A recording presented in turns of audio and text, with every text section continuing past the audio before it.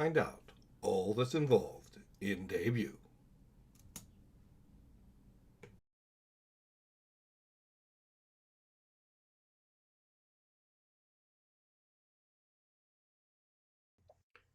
Welcome to the debut interviews where we talk with the amazing storytellers that have so much to say about their practice, about their performance, about their stories. But you're probably asking, even though everyone's talking, at least we hope so, what is debut? Debut is exactly as it sounds. It's amazing storytellers telling a story for the first time in public anytime. And then after that, they engage in play with me for about 10 and 15 minutes where we just practice and play and work the story direction. And at the same time, as an attendee, you can give us comments that may even affect the direction of the story. It's, in a very real sense, debut. Debut, a fusion of storytelling and play. I know no other place that is doing this in this way. So, in many sense, this is a debut of the experience in itself. We have three amazing storytellers that will be in debut with us on March 28th, and I have the pleasure of having one of them here now. This storyteller, his life is the experience that makes better stories. He's worked with in maintenance. He's worked with McDonald's. He's worked in teaching. He's been in showcased in major films. Um, I know him. I've chatted with him. He's lively. He's even worked with the greatest show on earth, and we may find out a little bit more. There is so much. An onion has many layers. So does this teller, and he loves to laugh. So I hope you enjoy, and I know you will, as we talk with the legendary, and he'll tell you why he is, Mike Perry. Mike, how are you? For a minute there, I was crying. When I think it was the onion. Hi, Kevin. It's good to be here. It's great to see you. And I'm going It's to take this down so we can see you a little bit more. great to be here. And I'm going to reverse this a little bit. There we go. Welcome to Debut, a fusion of storytelling and play. I'm happy to be part of both storytelling and play. Excellent. And you are a practitioner of both of those. I So, am. and let us find out a little bit about you. When I gave the introduction, it was you and your life's experience that has made you the teller that you are today. You mind Yeah, talking about that a little bit, Mike? not at all. In fact, if I recall correctly, I said, please don't mention the circus. Don't talk about me being a clown. Who wants to hear about that? So, so, so thank you for And not I bringing did. that up. Oh, you were a clown? I didn't know that. Yeah, yeah. Well, okay. I tell people I was an elephant and I had a nose job, but then I have a credibility issue. Yeah, so you can. I guess all of this just lends itself to the fact that I'm drawn to storytelling. It just naturally flows, and I think the problem is kind of harnessing it and finding the discipline to put it in a form that's presentable, first on paper and then in person. And debut gives me the opportunity to do just that. Exactly. And sometimes, as a writer, I work from the printed word, but I always say that we dance in the world first before we ever put it in the paper. And from talking with you, you're constantly dancing in a sense. And It's the so shoes. It's the it's the shoes. shoes. That's what I thought. And he may be wearing those clown shoes. He may be wearing tap shoes. I wouldn't say I was a good dancer. Yeah. As a teacher, I've always told an older seasoned teacher said to me, well, I'm not going to perform for these kids at all. I said, it wouldn't hurt to have some tap shoes every now and then. you know. And the same with storytelling. It's a performance art, is it not? Oh, absolutely, absolutely. And gosh, I've been drawn to it for so many reasons. And one particular reason is I think the longer you've been on this planet, the more opportunity you have to package your life experience. And you just touched on that a minute ago. So in that regard, a little bit of gray here and here is beneficial. I think it's credentials, visual credentials. Whiskers is another tail. The gray whiskers. There you go. Well, well, if this is a tail, I'll walk backwards. How's that? And so, what are some pivotal things in your life that has informed you as a storyteller? Ah, what a great question. Well, certainly life experience, having kids. I think I started really being drawn to classic tales in the form of folk tales or legends, that kind of thing. But more recently, I'm really trying to recollect memories and put them in a form that's entertaining and believable. So I went from fiction to nonfiction, and I used to joke that I started as a cartoon. I mean, a clown is a cartoon, right? Just a living visual cartoon. So I went from the cartoon pages right down. Now I'm getting nonfiction into. In fact, the tale I'll be telling is a nonfiction, an actual event, that a little bit of an adventure it'll be fun to. So before we jump into knowing a little bit about that tale, since you brought that up, why do debut?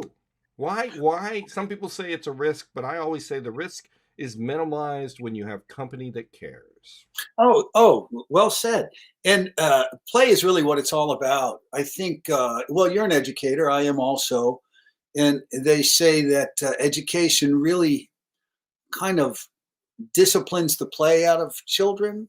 Not that it does, but it can. By the end of fourth grade, if you say, who wants to be an artist, nobody raises their hand. But in kindergarten, all the hands went up. So it's important to raise your hand when they talk about art. And art means there are no mistakes. There's just trying and things that you like more, or perhaps let's do it again. I would do it this way. It's opportunity. Play is opportunity to have fun and to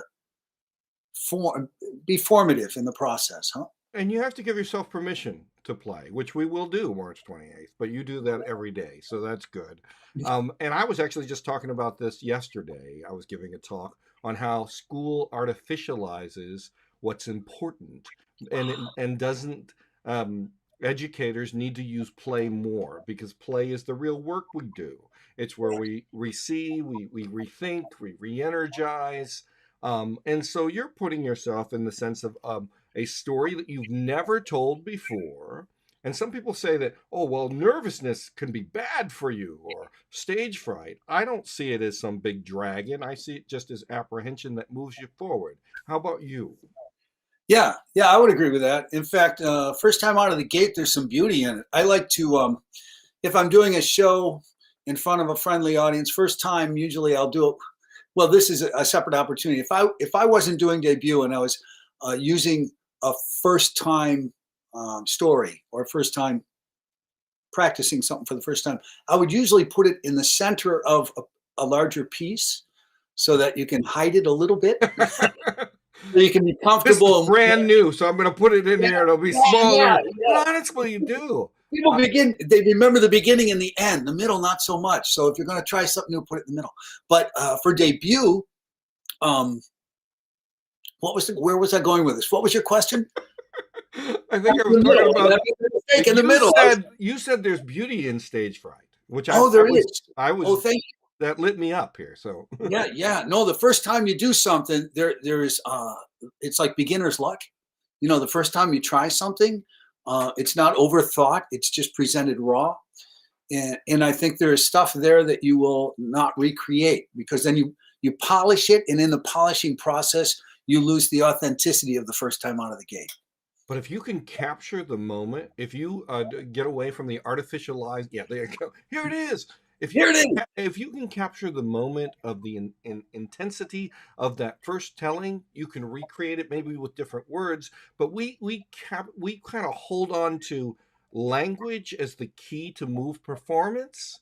And sometimes we need to feel the essence of what that first was so that we can bring back some of that. It's not possible to bring the whole thing. Does that even make sense? Yes. Yeah, I heard someone once say that, people think your brain tells your body what to do, but he was promoting the opposite, that your body, by doing something, your brain accepts it. So it's actually the action that teaches the mind, not the mind teaching the action. So in that sense, the first time doing something, you're actually cementing, you're giving permission to your mind to accept that this is happening. So if you start with the right attitude and give yourself permission to go out and have fun, that's the message you're going to give yourself in the process and afterwards. I recently read a study that the mere fact that you have a positive outlook on life actually raises your life 12 years. I mean, it was a huge study. I'm 120 years old. You're looking good, Mike. You're looking really, I really just good. added a month to my life in this conversation. And we exactly. And laughter is good for the soul as well. That's it. Um, on your path of storytelling, who has helped you walk that path? Oh my, boy! I think it would be hard to blame one person. I think I like to use blame in a positive sense. I think blame is Oh, such a I hear negative. it. Yeah. I used to tell kids, I'm having fun and it's your fault. Deal with I'm sorry, or am I? I it. I'm not don't sorry at all. I'm very proud of the fact that you're causing me to have fun. know. Uh, you know what? As a child, as a kid, I think my grandfather, I had an Irish grandfather, and he was just a natural storyteller, and I think that influenced me a lot, because he was in his God. He was really old, but he's probably my age when I was a kid. But he had great stories. I remember him telling me, for example. Now he was a young man during World War I, but he was a machinist, which was high tech at the time. So he was not called into service. He actually worked in factories as a machinist, making the machines that made the equipment that went to war. Right. Wow. So I remember him telling me that one of the old guys, when my grandfather was a journeyman, maybe 17, one of the old guys was getting dressed down by the boss. And finally, the old man had had enough, and he told the boss, I could have you shot for talking to me like this when I was your age. And it turned out this old man, who was probably in his 70s when my grandfather was 17, had been a general in the Civil War. And my mind went, like, I'm talking to a man who worked with a man who was a general in the Civil War. And that just made everything real. Like, this is what a story can do. It can take something that's just so far out there and put it right in your lap. That sounds like a powerful teller in the sense. I talk to so many people that say after a performance or a workshop, and they say, I didn't have storytellers in my life, or I wasn't raised on story. And I've started to question that. I've started to say it might not have happened on a daily basis, but you had some time in your life that somebody moved you through story. Because if we're wired for story and the research supports that we answer in story, it's just a matter of doing what you did. Take time, listen to your grandfather, and then responding and thinking about it in story. There's no question in that, but maybe you could give me a response. Yeah, no, I agree. In some ways, I think story is a packaged metaphor. When you hear a story that affects you, you have to say, why does it affect me? And it's because there's a connection there. So that story represents something that you either hadn't thought about or never connected to whatever else you bring. There's a connection there. And that's what a metaphor does. It takes you from what you know to, it just extends you that much further. So perhaps, like you said, maybe, they haven't made it real, or they haven't taken the time to make that connection. And so as a storyteller, I've had the same experience. People come up and go, wow. And you think, no, not wow. I mean, thank you for that. But it's everywhere if you start listening. Now that you hear, start listening. And that's the key. I've actually started changing things to have a narrative mindset where I listen and respond in story. Instead of paying for my gas quickly, I might listen to the stories that are around the gas station. That makes it really awkward when the guy's behind me trying to, and I'm saying, "Have you heard Mark Twain? Mark Twain said this." And that was during the Persian Gulf crisis. I'd be reading a book, and I'd be like, "Let me tell you about what's happening in chapter 13." And this long line. How did that work for you, Kevin? Wasn't there very long. But I do remember there were bullet holes in the glass pane. So, I mean, I had to entertain myself somehow because it could be scary. And we find in story a release from fear. We find in story ways of dealing with life. Would you say that? Oh, yeah, absolutely. Absolutely. I think, yes. And another kind of factoid is they say that a baby in utero knows its mother's voice. You know, mothers speak to their child before the child is born. So your hearing is one of the first senses to develop, and they say it is the last to leave your body. Wow. So, you know, that connection, we are oral animals. You know, you can close your eyes, you can't close your ears. I mean, that's worth a pause. I mean, just in the sense of, hearing is what we start with and what we end with, and the importance of deep listening to each other. We spend too much time responding and answering to instead of listening and patiently listen. I think it makes me a better storyteller because I'm a listener of so many stories. Who is someone that you've listened to, whether it was your grandfather, whether or whomever, and you just Mm. said, "I want to move people that way," or Uh, I want to take people that direction." well, as a storyteller in today's world, I'm a big fan of Kevin Kling. Oh, Um, excellent. yeah, yeah. He's profoundly intelligent and weaves a great tale, and he's so smooth. And he's I really, unpredictable throughout the tale. You yeah. do not know where it's going. Yeah, And there's always a little smile in his voice. It yeah, always yeah. sounds like he's, Like yeah, he's got a secret that's holding back, yeah, and he's like, yeah, yeah, yeah, "Gotcha," but it's really not the secret, so I'm coming back. I agree yeah, with you wholeheartedly. yeah, And yeah. And the first time I saw him, I mean, I saw him live. The first time I went like, "What is this?"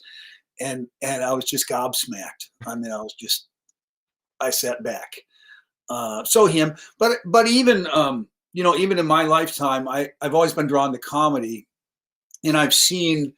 I mean, I'm a huge fan of vaudeville and obviously circus, that kind of shtick, and you know, old time circus and juggling and magic and variety arts. But I've seen in my lifetime, just in 30 years, 40 years, I've seen comedy go from, you know, punchline, punchline, punchline to storytelling. You know, right. Seinfeld. You know, absurdity, storytelling, observations, essays just delivered as an observation on the absurdity of life. George Carlin taking words and you know, a word you've seen 100 times, and all of a sudden it means something else because of how he delivered it. Robin So Williams taking it further and further and further. Judy Carter wrote a book on the comedy book, and there's 3 pages on the difference between storytelling and comedy, and it basically says comedy might work toward the laugh, but story is more than the laugh, and so is comedy. And she makes that point. But I think it's really important that it's a roller coaster of emotions. We don't always have to work toward a punchline, even though there's nothing wrong with that. My wife's an improv comedian, so I want to well, I honor. was just going to say we're I have talking about improv too, as improv. you know. Yeah, improv, which is not, you're not focused on comedy. You're focused on character and you're focused on message. And if the comedy is there, that's great. And if and, it's not there, that's okay. and the root of it is in play. Um, Hmm. and just a fusion of storytelling and play is giving yourself permission to let go so someone can help you. And I was talking to someone the other day that it's a co-creative art if it's done well. So if I'm a play practitioner and you're the teller and we're working together, I'm working for you. I'm trying to help you, and I say, oh, I this. need an oil change. Have you ever seen me change oil? Well, you're just at the gas station. Well, this is true. This is A true. little throwback there. I hit a button. Let me tell you this about that gas station. One day, the whole thing shut down. Like nothing worked. They handed me a Yeah, calculator the size of my thumb and yeah. said, "Okay." And I'm like, "Gas is on sale for $10 today," because there's no way I could do You it. couldn't. Okay, I if, know. if anyone's watching that could get me in trouble, That's it. Mike, the journey of story, you walk the journey of an actor, you walk the journey of a storyteller, you walk the journey of a father. How does story help you in other positions besides the central stage? I think it gives me a lens, kind of a paradigm. You know what?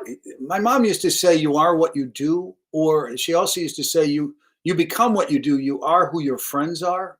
So basically, I take from that whatever environment you immerse yourself in, whether by choice or through other life circumstances, that is who you become. So, I mean, I feel that I like the word blessed because I've had so much choice in my life. And I'm very grateful for that. I've been able to choose opportunities that have been very rewarding. And I'll use storytelling as the central point there. Because I'm drawn to storytelling, that is my paradigm. So when I'm in a circumstance, I like to listen. I like to see character. I see setting. I see conflict. And in a quiet moment, and I try to make a lot of those. You try to weave those together. What can I do with this? Well, Everything's. I could help that couple that's fighting, but I want to see how it ends. $10 on the little one. Story in process. Wait a minute. This could be the next thing. Okay. Sometimes the best stories occur when we make mistakes in story. Do you have a story on that, or? I'm sure I do because I've had nothing just pops into my mind, but I know exactly what you're talking about. And the opposite is also true. Sometimes you feel like you have nothing, but by circumstance, whether it's the audience or the relationship or the timing, you just feel on and something happens that's wonderful and you have no idea how you could ever recreate it. Or the audience is just one blur in the sense that you have no idea how it worked, and then 10 people afterwards say, I've never been in those places. It's amazing to be there, or whatever. Yeah. I mean, it's unpredictable range in story.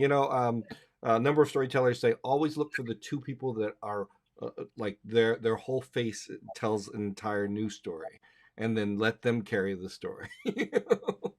Yeah, and extending on that, I like to when I have an opportunity, and it isn't often, but I like to remind people their responsibility as an audience.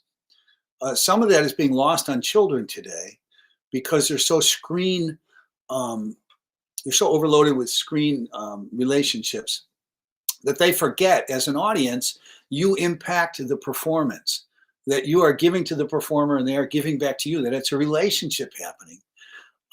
And the beauty I find of storytelling is I would say 90% of the people who come or are present at a show when I'm telling are there because they want to be there. And that is so unusual. That is so unusual. There are so many performing performers. Bill, you gotta come. Some guy playing a guitar and everyone's eating and laughing and ignoring. Well, listen to the radio. The guy's like, they're not paying attention. They're not reacting. They're not. Our friend Misty Mater said that theater has a fourth wall, but storytelling has a fourth window. And I love it. And I love that. Giving her credit. I mean, but at the same time, I would also say that window is transparent, that if the audience is really there, you can make that co-creative and really work with them and carry it. Because you never tell the same story like you would a soliloquy. Even though I would argue a soliloquy would be different every time for different audience. Yeah. The interactive fashion and play. Sometimes people, and I'm a writer, so I work and I'll create a story. I was working on one recently, but I want to lift it. Whether I'm by myself or with other people, I need to talk it out. How about you? Talk a story out with other people? Or play or talk it out or give a vignette or say, hey, I know you're a dog, but you got to listen to that. I don't speak Schnauzer. That's interesting. I think there are kind of stages with me. If I'm in the middle of writing a story, I might run it by a couple people.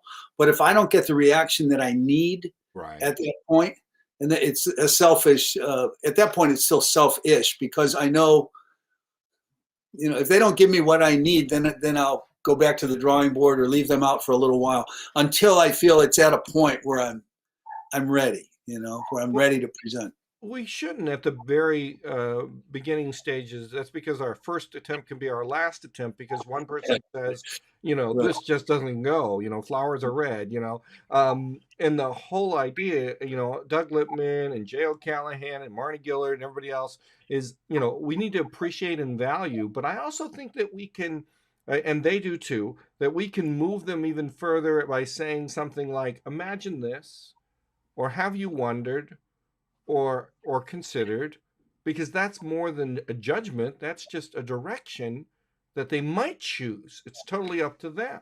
And I'm Well, a Go ahead.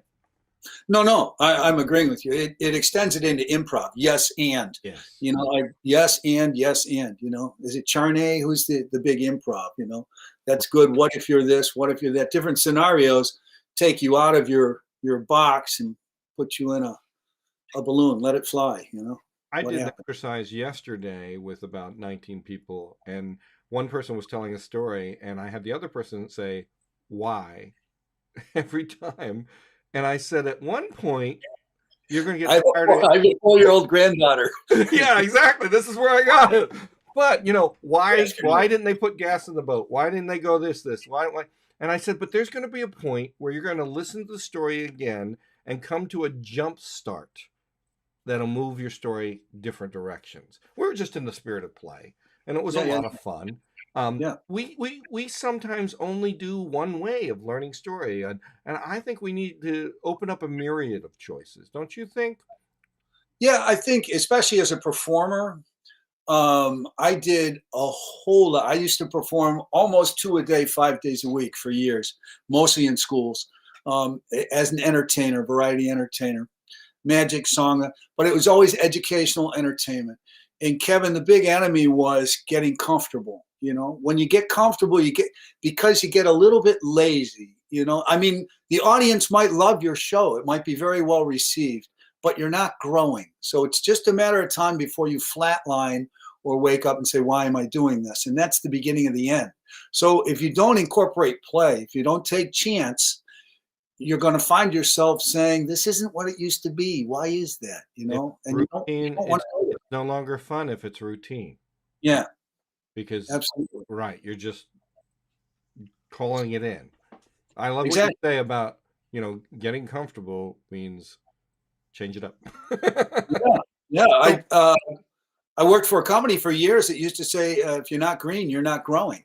So if you don't consider yourself green, meaning new at it, through the eyes of a child.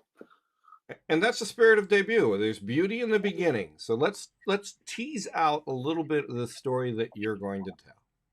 Okay.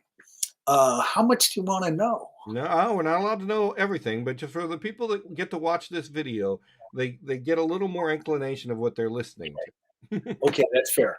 Well, when I was, it's a true story. When I was dating, actually, what I did is I went from one institution to another. I graduated from college, got engaged, and got married in September. Like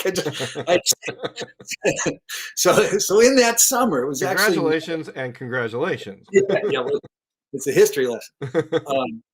Anyhow, I was engaged and we decided on Memorial Day, which is very close to my wife's birthday. Now my wife, we were going to visit her friend. That's another story. A guy who used to, yeah. Right. So it's an ex. Oh, I hear you. Okay. Yeah. So we're going. I grew up in Buffalo, New York. So we went. He lived in Canada, and we were going to. Every year, his tradition was on Memorial Day, he would take his sailboat out on the Niagara River, and we would go over to Grand Island. And I have to give you a little geography lesson here, but the tip of Lake Erie is almost horizontal. The tip of Lake Erie is Buffalo, New York. And then above Buffalo, New York is Niagara Falls. And there, also almost horizontal, is Lake Ontario. So it's like two fingers. Gotcha. Now, connecting them is the Niagara River. Now, again, the Niagara River may sound familiar because Lake Ontario is considerably lower than Lake Erie. Okay. Thus, water falls. Niagara River, Niagara. I've heard of them. Niagara Yeah, Falls. it certainly does. Yeah, so between you go over a bridge to get to Canada, which we did our whole lives. You go over and eat lunch or have fun or do whatever. Long story short, we went over. We took his boat out on the river, Nope, and we stopping you there. that's Stopping you it. there. We're going to let them listen and find out. And when is debut? I'll help you if you don't know. Debut is on the 28th. That's coming up lickety split. That would be 1 week from tomorrow if I did my math. Yeah, exactly. 4:30 Eastern Standard Time. Eastern Standard Time. I'm going to wait right here. Well, good. I'll keep the video on and we'll be Yeah, perfectly ready. there you And go. and so why should people come to debut? Oh, let's see now. Storytelling and play. What more do you want, right? Well, Well, Mike, I'm it has been a rich pleasure to talk with you and find out a little bit more about your background uh, the fact that when you're comfortable, you need to change up. And these particular videos teach me, and I'm hoping that they teach everybody that watch. And you definitely have helped build that impact. Mike, I'm going to give you the last word. I'm going to expand on word, make it plural, and say words. The word is debut. The words I have is I hope to see you at debut next week. It'll be fun. Fun play.